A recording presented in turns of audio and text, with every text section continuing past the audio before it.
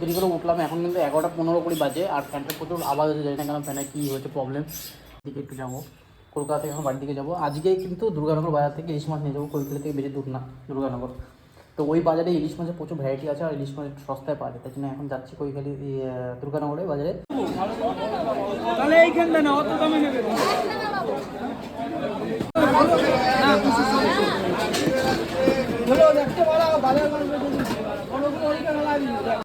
390 টাকা, 390, 396 আর 390।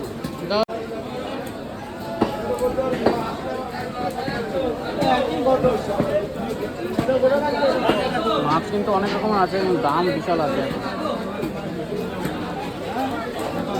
বাজারটা কিন্তু মাছ কেনা কমপ্লিট। এবার হচ্ছে বাড়ির দিকে যাবো, হেলমেটটা জাস্ট চেঞ্জ করে নেবো। হেলমেটটা একটু ভেজা আছে, কালকে বৃষ্টিতে খেয়েছিলাম, সেদিন পুরো হেলমেটগুলো সব ভিজে গেছিলো।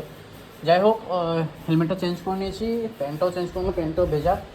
এবার তোমরা যদি এই কলকাতার মানে এয়ারপোর্টের কাছাকাছি থাকো না, সবচেয়ে ভালো আমার মতে দুর্গানগর বাজারে এসে বাজার করা, কারণ কি এখানে মাছও সস্তা, তোমরা যেটা দেখালাম ভিডিওতে, মাছের কোয়ালিটিও প্রচুর রয়েছে, ভ্যারাইটিও প্রচুর রয়েছে, আর সস্তাও খুব। 900 টাকায় ইলিশ পাওয়া গেল, সত্যি ভাবার বাইরে। আমাদের ওখানে কিন্তু 1200-1000 টাকার নিচে ইলিশ পাওয়া যায় না।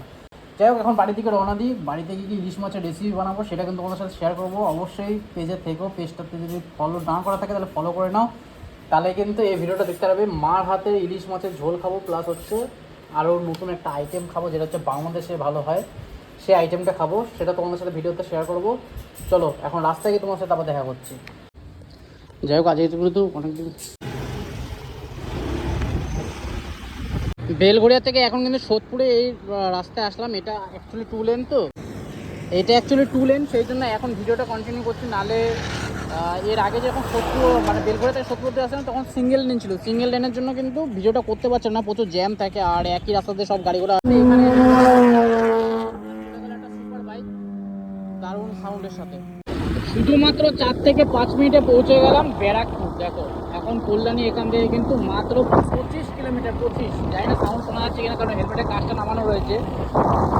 আর এখান থেকে আর বেশিক্ষণ টাইম লাগবে না আমাদের, এখান থেকে আর জাস্ট 15-20 মিনিট লাগবে কল্যাণী পৌঁছাতে।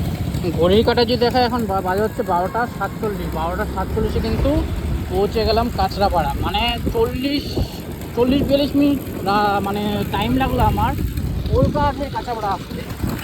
যাই হোক, এবার বাড়িতে যাই, কল্যাণী হয়ে বাড়ি যাবো, বাড়ি হয়ে বাড়িতে গিয়ে তারপর ইলিশ মাছ বানাবো আর তোমাদের সাথে শেয়ার করবো। এই জাস্ট বাড়ি এলাম, আর সাথে কি আনলাম দেখো, সাথে কিন্তু আনলাম লাউ পাতা। এটা কিন্তু কল্যাণী বাজার থেকে নিয়ে আসলাম। লাউ পাতা দিয়ে কিন্তু আজকে ইলিশ মাছটা হবে, সেই জন্য লাউ পাতা কিনে নিয়ে আসলাম, তাজা লাউ পাতা। যাই হোক, দেরি না করে এখানে ব্লগটা শেষ করছি, আর নেক্সট ব্লগ দেখার জন্য কিন্তু পেজটাকে ফলো করে রাখতে হবে।